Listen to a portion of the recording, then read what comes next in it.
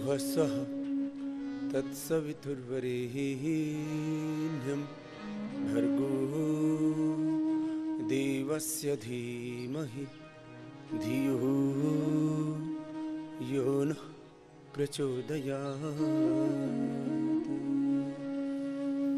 ॐ भूर्भुवस्सुः तत्सवितुर्वरेण्यं भर्गो देवस्य धीमहि धियो यो नः प्रचोदयात्।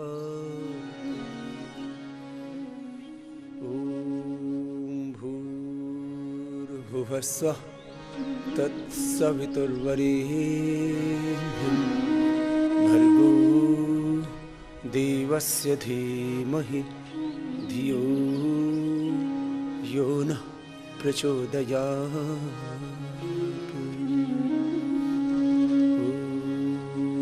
शांति शांति शांति।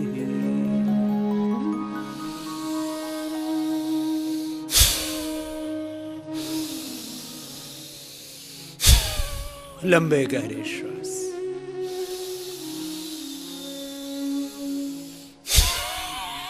सामान्य,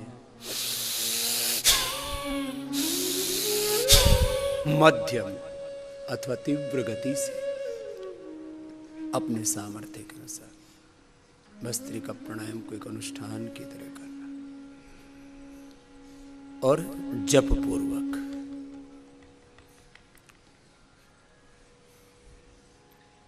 प्रणव या गायत्री का जप, योग का प्राणायाम का तप, जप तप जब साथ में चलते हैं, सामान्य गति तो ये हुई,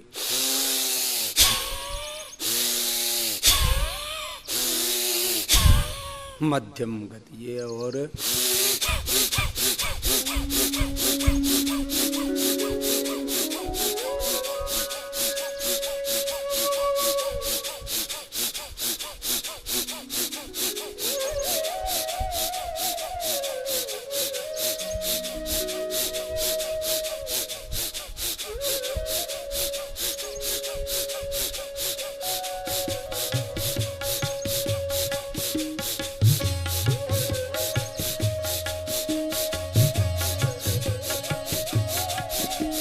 एक लगन के साथ, एक निरंतरता के साथ आपको ये करना। और ऐसे करते करते क्या क्या होता है मैं उसको शाब्दिक अभिव्यक्ति दे रहा हूं, जरा गौर से सुनना। भस्त्रिका प्राणायाम निरंतरता पूर्वक करते रहना, और निरंतरता पूर्वक ही प्राणायाम करने से क्या क्या रूपांतरण घटित होता है, जरा उसको एक्सपीरियंस भी करना।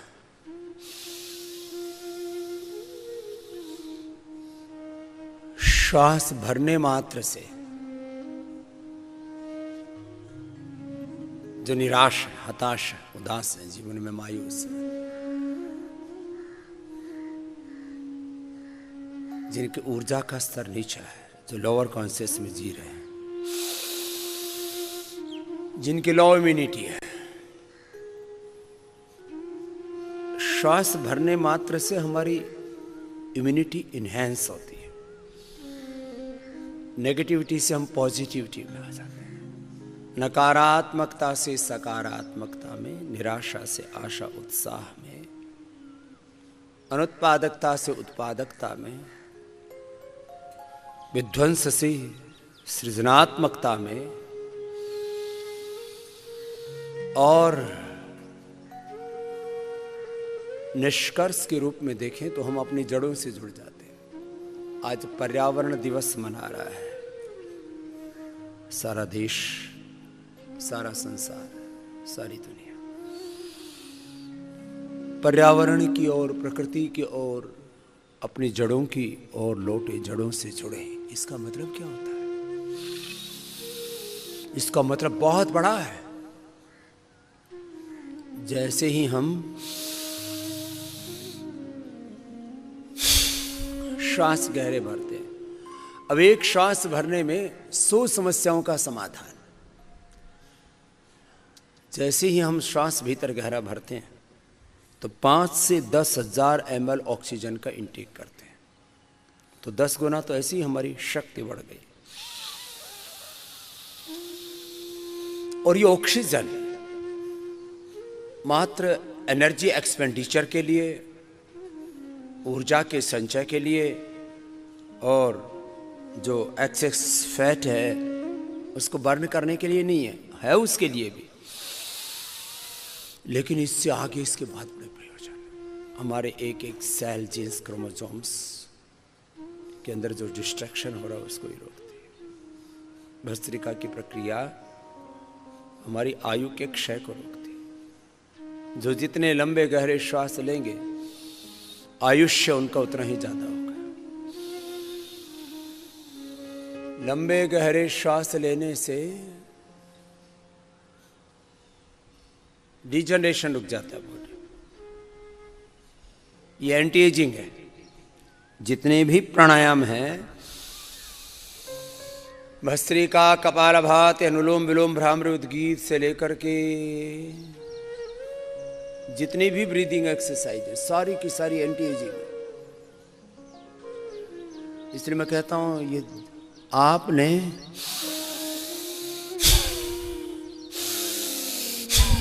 लगातार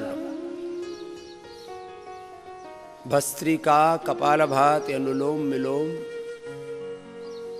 भ्रामरी, उद्गीत, शीतल शीतकारी, चंद्रभेदी, सूर्यभेदी, नाड़ी शुद्धि, बाह्य अभ्यंतर, उज्जाई आदि अपनी आवश्यकता के अनुसार जितना नितांत आवश्यक है उतने प्राणायाम करने शुरू कर दिए, तो इस सबसे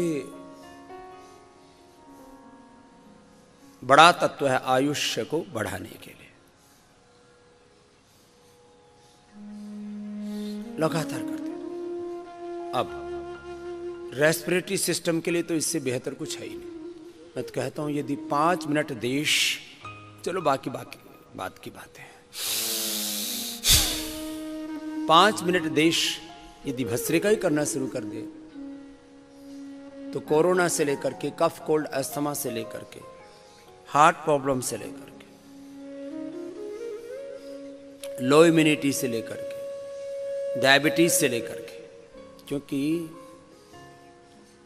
डायबिटीज के 3 बड़े कारण हैं। एक पेनक्रियाज के बीटा सेल्स का डिजनरेट होना, दूसरा हमारे बॉडी के सेल्स के रिसेप्टर्स का, उसके मेम्ब्रेन्स का, उसके जीन्स, क्रोमोसोम्स का, उसके अंदर के माइटोकॉन्ड्रिया का वीक होना, और तीसरा स्ट्रेस का बढ़ना। ये मुख्य कारण है। बाकी तो जेनेटिक होने के अनेक कारण हो सकते हैं, जेनेटिक कारणों से भी हो सकती है, स्टीरॉइड ज़्यादा लेने से भी डायबिटीज हो सकती है, बढ़ सकती है, और अलग अलग प्रकार के जितने भी उत्तेजक पदार्थ हैं खाने में, खाने वाले उत्तेजक पदार्थ और आहार से भी ज्यादा खाने वाले उत्तेजक आहार और उत्तेजक विचार, ये हमारे पेनक्रियाज से लेकर के, लीवर, किडनी से लेकर के, हार्ट, ब्रेन से लेकर के, जो भी हमारा बहुत संवेदनशील जो हमारा व्यक्तित्व है, संवेदनशील जो हमारी ग्रंथियां, उनको सबसे ज्यादा प्रभावित करते हैं।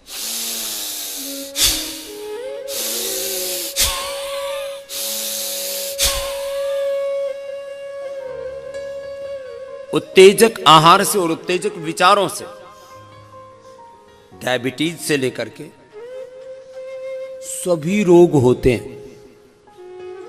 इसलिए हमारे यहां उत्तेजक आहार और उत्तेजक विचारों का निषेध है आयुर्वेद में।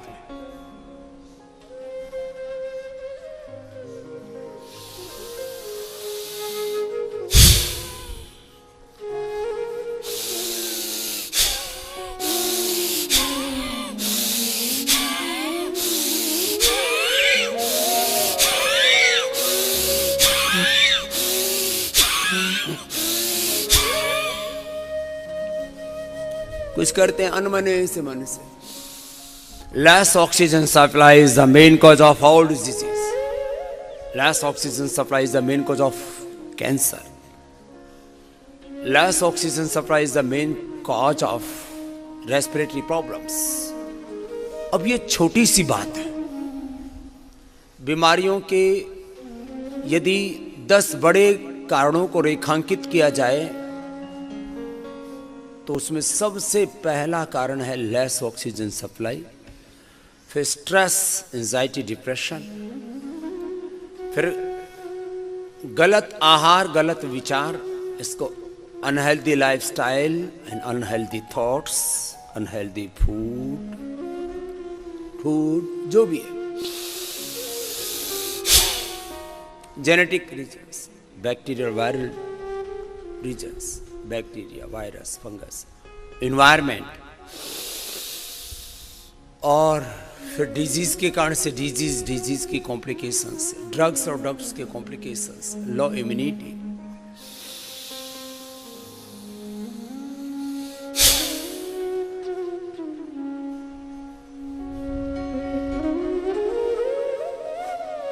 और लंबे गहरे श्वास लेने मात्र से खाली हमारी ये बॉडी अच्छी नहीं होती है, इसके पीछे हमारा ब्रेन, हमारे थॉट्स, हमारे इमोशंस, हमारे एक्शंस, इनकी सिनर्जी बहुत अच्छी हो जाती है। मन, शरीर, इंद्रियों, मन, प्राण, आत्मा में एक तारतम्य आ जाता है, एक सामंजस्य आ जाता है। जो 3 सिद्धांत हमने बार बार आपको कहे हैं, एकत्व, सहअस्तित्व और सामंजस्य, वननेस, कोएग्जिस्टेंस एंड हार्मनी, ये अपने आप स्थापित होती है। क्रियाओं की प्रतिक्रिया है ये सारा संसार। जो कुछ हमारे जीवन में कुछ हम करते हैं, उन क्रियाओं से कुछ हमें प्रतिफल मिलता है, उनकी फलश्रुति, कर्म और कर्म की फलश्रुति, कर्म और कर्म का परिणाम, उसको यदि शास्त्रीय भाषा में बोला जाए तो पुरुषार्थ और प्रारब्ध का जो चक्र है, यही है जीवन। तो भस्त्रिका ऐसे सामान्य रूप से नहीं करना, कुछ अनमने मन से, कुछ ऐसे ही, ऐसे नहीं।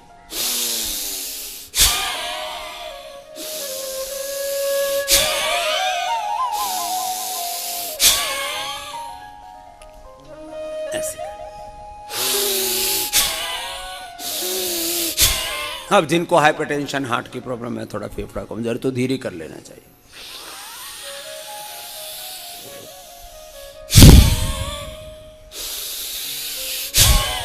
निरंतरता के साथ। जिनका मध्यम बल है,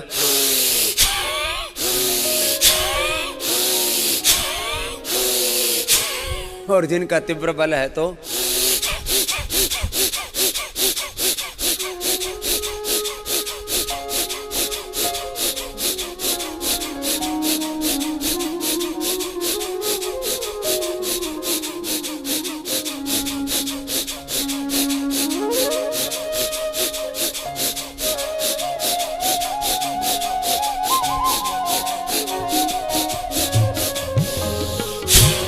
ऐसे मैंने 50 बार के, ऐसे 500,000 बार कर ले। खैर, एक प्रक्रिया पूरी हुई।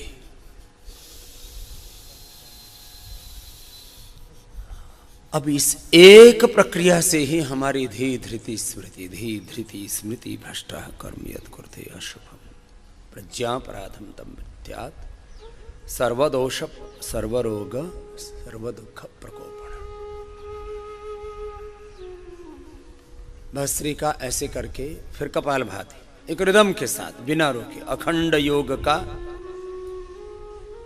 प्राणायाम का, ध्यान का, अंतर्मुखता का, स्थित प्रज्ञता का तप, अखंड योग का तप, और मन ही मन अखंड प्रणव गायत्री आदि का जप, भगवत शरणागति। चलो, पहले प्राणायाम में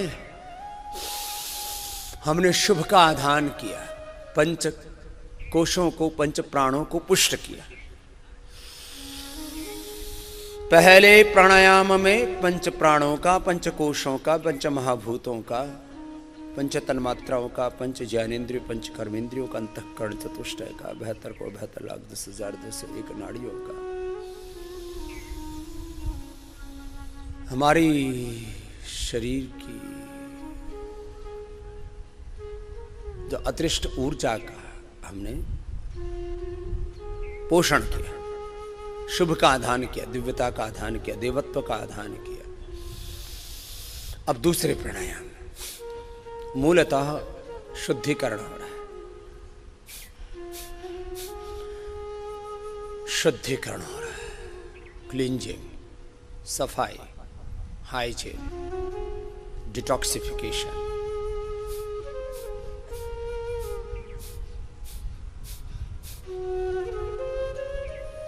अब देखने में छोटी सी प्रक्रिया है, इसके भी सैकड़ों लाभ। एड़ी से लेकर के चोटी तक शरीर में कोई भी प्रॉब्लम है, मात्र एक ब्रीदिंग एक्सरसाइज से दूर हो जाती है, कपालभाति से। इसके बाद बाह्य प्राणायाम, उज्जाई, अनुलोम विलोम आदि सारा प्राणायाम आज प्रथम तक करवा रहे हैं। और ये आपको बताना चाहता हूं, कुछ लोग अविवेक में ऐसा बोल देते, इससे क्या होगा? कपालभाति से क्या हो जाएगा? बाह्य प्राणायाम, उज्जाई से, श्वासों के थोड़े से नियमन से, इस ब्रीदिंग एक्सरसाइज से क्या हो जाएगा? तो जरा उसको सुन लो गौर से। छोटे छोटे कुछ सहयोगी उपाय कर ले। जब हमने योगाभ्यास प्रारंभ किया था तब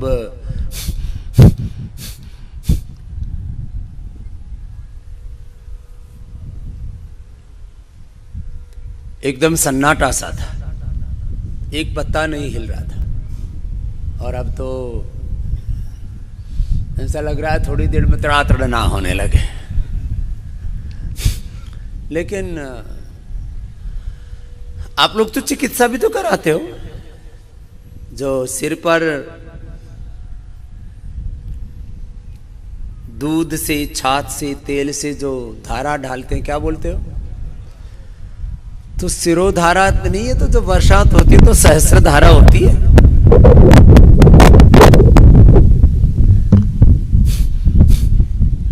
तो होने दो, मतलब 500, 1000 दे करके और 5000 रुपए दे करके सिरोधारा कराएं तो कहते हैं क्या मजा आ गया। और भगवान मुफ्त में तुम्हारे सिर पर सहस्र धारा बरसाते तो बोला भाई ढक लो रे। तो जो है, हाँ ठीक है, थोड़े जो कमजोर प्राणी हैं, जिनको बहुत कफ कोल्ड है, दर्दें हैं शरीर में,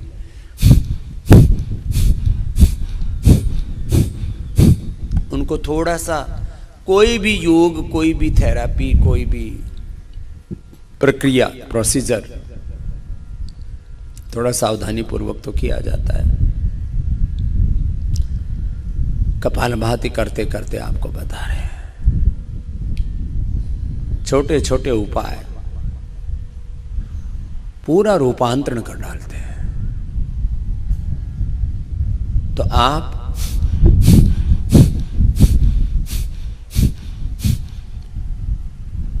मैं तो कहता हूं जो योग में बहुत अधिक कुछ न कर पाता हो वो कपालभाति और अनुलोम विलोम, ये दो योग के अभ्यास, दो प्राणायाम भी पूरा कर लेते हैं तो वो योग के अप्रतिम लाभ से, आशातीत लाभ से, गुणातीत भावातीत लाभ से लाभान्वित हो जाता। खाली दो प्रक्रियाएं ठीक से कर लेना,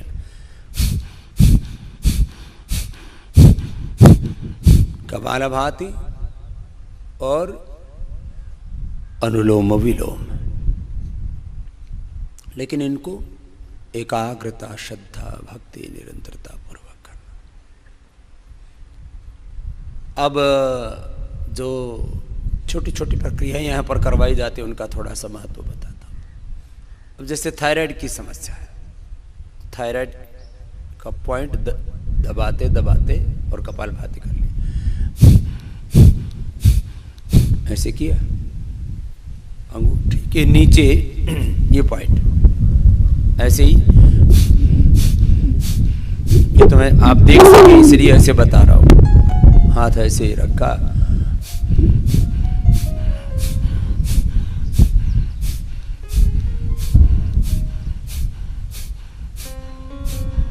और ऐसे करते। मैंने लोगों की 10-10 साल हो गए। देखो मेडिकल साइंस में जब बात रिसर्च की आती है ना, तो उसमें एक तो तात्कालिक लाभों का मूल्यांकन किया जाता है, और दूसरा उससे भी ज्यादा महत्वपूर्ण होता है उनका दीर्घकालिक इफेक्ट क्या है। तात्कालिक इंस्टेंट बेनिफिट से भी ज्यादा लॉन्ग टर्म उसका, लंबे समय तक उसका प्रभाव क्या पड़ता है। एडवर्स इफेक्ट के कारण से मैं कई बार कहता हूं इस बात को, 500 से ज्यादा बड़े ड्रग्स, बाकी तो हजारों, बहुत बड़े दुष्प्रभावों के कारण से, एडवर्स इफेक्ट के कारण से, एडवर्स बैड इफेक्ट्स के कारण से हजारों दवाइयां बंद कर दी गई, जो मॉडर्न मेडिकल साइंस में सो कॉल्ड एलोपैथी में फार्मा इंडस्ट्री के द्वारा, ड्रग माफियाओं के द्वारा बनाई गई।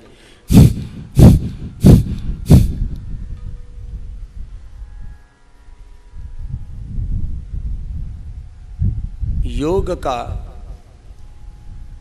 तात्कालिक लाभ तो होता ही है, इससे तो दीर्घकालिक तो रूपांतरण हो जाता है पूरा। कपालभाति आप लगातार करते रहो, और छोटे छोटे उपाय जो आपको यहां से बताते हैं, एक्यूप्रेशर कर लिया। अब मैं आपको दीर्घकालिक मूल्यांकन थोड़ा सा बताता हूं।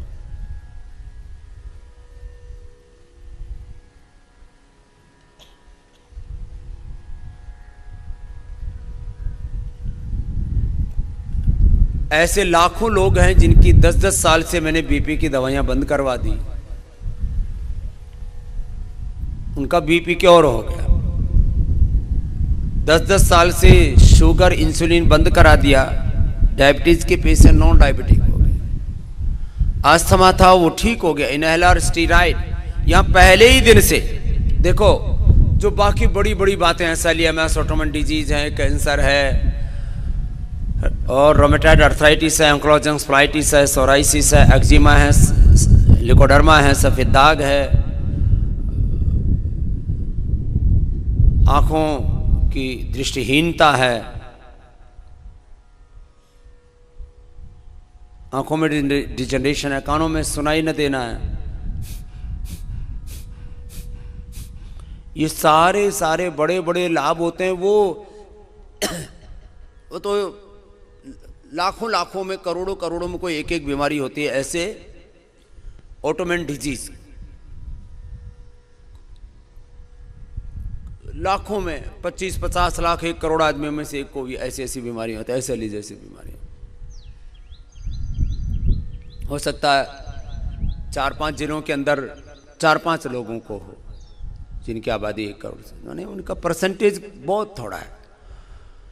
10%, 20%, 25%, 50%, 80-90% लोगों को जो बीमारियां, 10 से लेकर के 90-99% लोगों की बीमारी क्या है?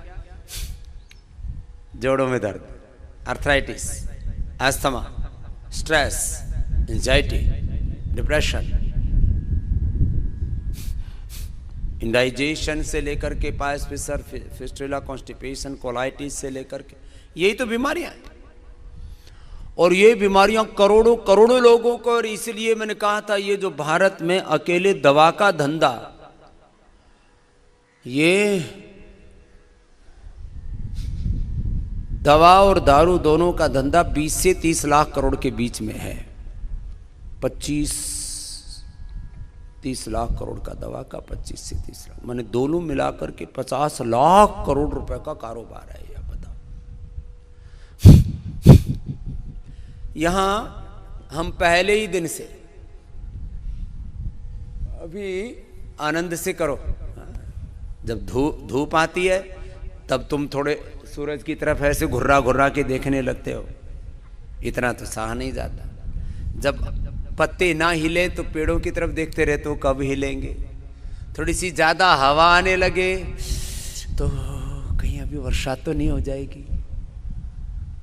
जितना आज सुहाना मौसम है, ऐसे मौसम के लिए तो लोग 50-50 हजार 1-1 लाख रुपए खर्च करके कहीं इधर उधर घूमने फिरने के लिए जाते हैं कि चलो मसूरी जाते हैं, चलो कुल्लू मनाली जाते हैं, और जिसके थोड़ा ज़्यादा पैसा जोर मार रहा हो तो बोले स्विट्जरलैंड जाते हैं। ये मैंने सारी दुनिया देखी हुई है, स्विट्जरलैंड से लेके, यूरोप से लेकर के, अमेरिका अफ्रीका से लेकर के, ऑस्ट्रेलिया से लेकर के, और सिंगापुर और जापान से लेकर के, भारत जैसा देश पूरी दुनिया में कोई नहीं है। ये तो थोड़ी सी जागरूकता हम अपने भीतर पैदा कर लेना, प्रकृति की दृष्टि से, पर्यावरण की दृष्टि से भी, और सब पारिवारिक, सामाजिक, आर्थिक, राजनीतिक, धार्मिक, आध्यात्मिक दृष्टि से भी थोड़ी थोड़ी चीजों में सुधार से करने की जरूरत है। थोड़ा थोड़ा करेक्शन कर लें। सच में भारत जैसा कोई देश नहीं। तो सुनो, आज बहुत सुहाना मौसम है, इसलिए अपना अभ्यास करते करते मेरी बात को गौर से सुनो। कपालभाति करते करते मैं तुमको हौसला देने के लिए और तुमको लाइव एग्जाम्पल्स के साथ बता रहा हूं। हम यहां पर 10 दवाइयां आते ही बंद करते हैं। सिर दर्द की दवा, नींद की दवा, डिप्रेशन की दवा, आते ही बंद। 99% लोगों की पहले दिन से बंद कर देते हैं। मैं 99 इसलिए बोलता हूं, दुनिया बड़ी सयानी है। लोग ना, यदि 1000 में से एक को भी थोड़ा कम लाभ हुआ ना, थोड़ा 2-4 दिन लग भी जाए, तो एकदम से ऐसे आक्रामक होते। बाबा जी आपने बोला था 100% बेनिफिट हुआ होगा, मेरे को तो अभी तो नहीं हुआ। अरे भाई थोड़ा इंतजार कर ले, अभी तो हमने बीज बोए हैं, फसल भी आ जाएगी, 4 महीने का इंतजार कर ले। किसी किसी को थोड़ी प्रतीक्षा करनी पड़ती है, इसलिए मैं 99% बोलता हूं। नहीं तो मैं तो 99% वाला हो आदमी ही नहीं हूं, मैं 100% की बात करता हूं। या तो सच होता है या तो झूठ होती है, ये बीच में क्या होता है? या तो सच होती है तो झूठ होती है, तो रोगी होता है तो आदमी निरोगी होता है, या तो बेईमान होता है तो ईमानदार होता है, या तो विश्वास करता है या तो नहीं करता है, या तो होता है या तो नहीं होता है, या तो विधि होती है तो निषेध होता है, या तो डूज होता है या तो डोंट्स होता है। ये बीच में कुछ नहीं होता है। ये तो खाली लोगों को समझाने की दृष्टि से, और कुछ जो है थोड़ा बहुत जो खुरापाती लोग होते हैं, बावड़े लोग होते हैं, वो उत्तेजना में कुछ कुछ करते रहते हैं, उनको थोड़ा सा कहने के लिए 99% बोला जाता है, बाकी होता है 100% है। चलो कपालभाति करो। पहले दिन से यहां बीपी की दवा बंद। कपालभाति आराम आराम से। कपालभाति कितने बार किया जाता है? देखो, कपालभाति 20 बार की स्पीड से लेकर के 200 बार किया जाता है। ये 200 बार वाली स्पीड है, पहले 200 वाली बताता हूं।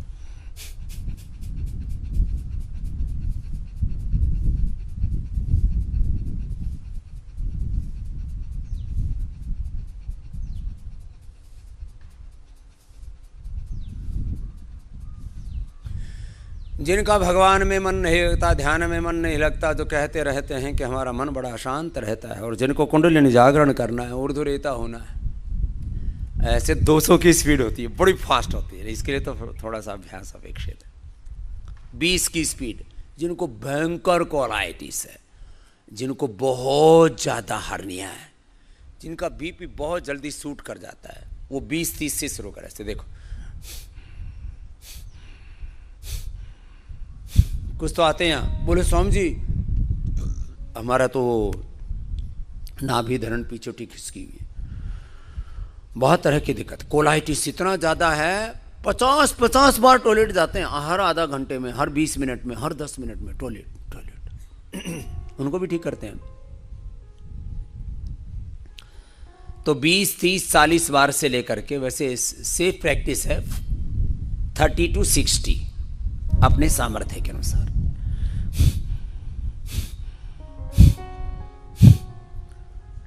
जिनको बीपी है उनको 60, और जिनको BP, heart, hernia, asthma, arthritis आदि की कोई क्रिटिकल प्रॉब्लम नहीं है, वो 100 से 120 तक कर सकते हैं।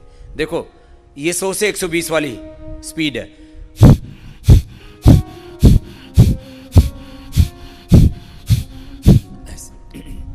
चलो आगे, लगातार कर। यहां बीपी की दवाई बंद कराते हैं, पेन किलर्स छुड़वाते हैं, स्टीरॉयड छुड़वाते हैं, इंसुलिन बंद करवाते हैं, अस्थमा के इनहेलर छुड़ाते हैं, अलग अलग तरह के ऐसे ही। हाँ, स्टीरॉयड को और इंसुलिन को धीरे धीरे करके बंद कराते, क्योंकि शरीर ना आदी हो जाता है, बॉडी हैबिचुअल हो जाती। अब स्टीरॉयड बंद करने से क्या होता है, अचानक बुखार चढ़ जाता है और शरीर चल नहीं पाता है, तो थोड़ा 2-4 दिन थोड़ा सहन कर लो। एक भाई मेरे पास आया, बोले साउंड जी हमारा स्टीरॉयड यहाँ पर बंद करा दिया, 3 दिन से तो हमको बुखार ही हो रहा है। तो मैंने कहा लगातार खाएगा तो तेरी आंखें भी अंधी होंगी, थोड़े दिन में शुगर भी होगा, थोड़े दिन में तेरे को अर्थराइटिस भी होगा, ऑस्टियोपोरोसिस भी होगा, इम्यूनिटी लो होगी, फिर बैक्टीरियल, वायरल, फंगल डिजीज भी होंगी। खा ले, बोले नीचे छोड़ना तो है। अरे जब इतना ज्यादा परेशान है, स्टीरॉयड खा के ही राजी है, तो धीरे धीरे छोड़ ले, तेरी मर्जी। हाँ, कई बार बहुत पेन होते हैं, बहुत दिक्कतें होती हैं, तो थोड़ा धीरे करके। आदमी जितना कृत्रिम साधनों पर जाएगा, कृत्रिम, artificial medicine, artificial life style, artificial life, ये ठीक नहीं है। कृत्रिमता ये अस्वाभाविकता है। स्वभाव क्या है? स्वभाव उसको कहते हैं जिसमें हम 24 घंटा जिए और जरा सा भी कोई रोग, दुख, दारिद्र्य ना हो, किसी प्रकार की अपनी और अन्य किसी की हानि ना हो। देखो ये बहुत बड़ी परिभाषा है स्वभाव की, जिसमें आप 24 घंटा जी सकें और आपकी और मनुष्य और मनुष्यतर जड़ चेतन जीव जगत की किसी अन्य इस अस्तित्व के किसी घटक की कोई हानि ना हो, वह है आपका स्वभाव। प्रेम आपका स्वभाव है, वासना नहीं, भोग नहीं। जरा सुनना, ये प्रेम के चक्र में भी बहुत बावड़े हो रखे हैं। क्या बोला? प्रेम आपका, हमारा स्वभाव है, धैर्य हमारा स्वभाव है, योग हमारा स्वभाव है, कर्मयोग हमारा स्वभाव है, प्रवृत्ति निवृत्ति हमारा स्वभाव है, सृजनशीलता हमारा स्वभाव है, प्रेम और करुणा मैत्रीशीलता हमारा स्वभाव है, दिव्यता हमारा स्वभाव है।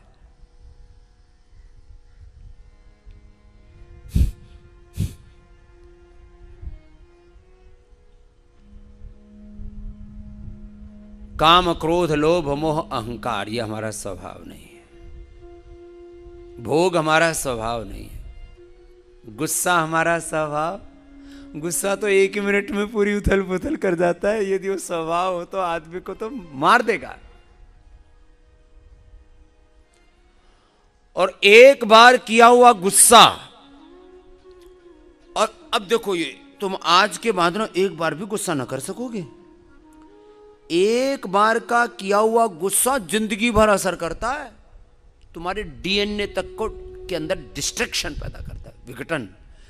एक बार का किया हुआ गुस्सा आपके लीवर को, आपकी किडनी को, आपकी आंतों को, आपके पेनक्रियाज को, आपके हार्ट को, आपके लंग को, आपके ब्रेन को, आपके नर्वस सिस्टम को डैमेज करता है, आपकी आयु घटाता है, आपके भीतर रोगों को बढ़ाता है, आपके भीतर स्ट्रेस हार्मोन्स को बढ़ाता है, आपके भीतर बहुत प्रकार के नकारात्मक ऊर्जा को बढ़ाता है और एक गलत आदत पड़ जाती है। एक बार भी झूठ बोलेंगे तो झूठ बोलने की बोलो आदत, एक बार भी बीड़ी सिगरेट शराब पिएंगे तो नशा करने की आदत, एक बार भी गुस्सा करते हैं तो गुस्सा और नाराज होने की आदत पड़ जाती है। इसलिए मैं छोटे छोटे बच्चों को बचपन से ही सिखाता हूं। कुछ तो 100% सीख लेते हैं, कुछ 75, कुछ 50, कुछ 25, कुछ तो सीखते ही है। इसलिए मैं एक बात सबको सिखाता हूं, बताता हूं, तुम भी सीख लो। मेरे साथ बोलो, एक बार भी गुस्सा क्या करना है? आगे वाला तुम बोलो ना, एक बार भी गुस्सा, एक बार भी नाराज नहीं होंगे, नहीं करेंगे, ऐसा बोलो ना। मैंने समझे एक बार तो हो ही जाता है कभी कभी, पर एक बार होगा तो बार बार होगा, क्योंकि क्या पड़ जाती है, जो भी हम करते हैं उसकी क्या पड़ जाती है। अब ये नकारात्मक बात से सिखाता हूं। एक बार दारू पीने की, बीड़ी सिगरेट शराब पीने की, ड्रग लेने की आदत पड़ गई, एक बार जिसको झूठ बोलने की आदत पड़ गई ना, फिर उसको झूठ बोलने में जोर ही नहीं पड़ता। उपनिषदों में ऐसा आता है,